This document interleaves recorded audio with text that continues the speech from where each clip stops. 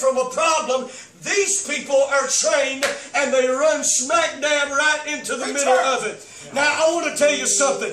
God has a lot of people that He watches run away from trouble, run away from problems. I believe that in this building this morning, God has a select few group, a special group that He has trained, that it is our job that when everybody else is leaving, when everybody else is giving up, when everybody else is running away, when everybody else is throwing in the towel, I believe God's got a select few that will pick up their gear and run head first into a burning building just to save somebody from the fire. I want to preach on that subject real shortly this morning about pulling others from the fire. This world is burning down.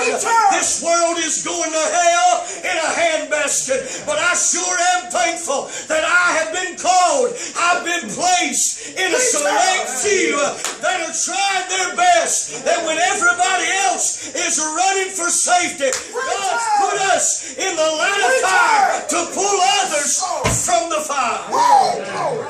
I'm thankful to be associated with that kind of group. I'm thankful to be associated with these men like Dr. Moore and some of these others that have dedicated their lives. You said it yourself that others are leaving those countries. They're trying to get to safety. They're doing their best to get away from the hell that is their life. But God has selected missionaries. God selected pastors. God selected men.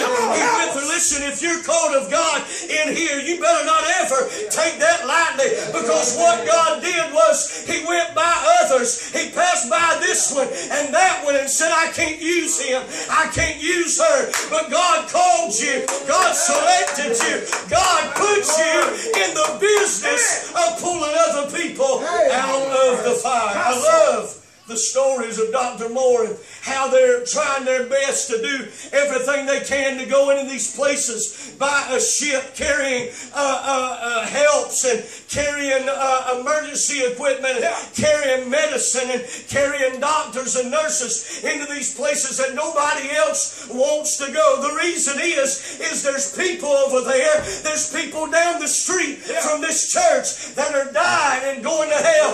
And these men, these women, when you give money to that stuff, you are investing into the lives not of just somebody who has nothing else to do, but you're investing in the lives of people who are pulling others from the fire. Yes, thankful to be a part of that. I've got some of my best friends that are a part of a fire department. In fact, I know one pastor who is the chief of a fire department in Chesapeake, Virginia.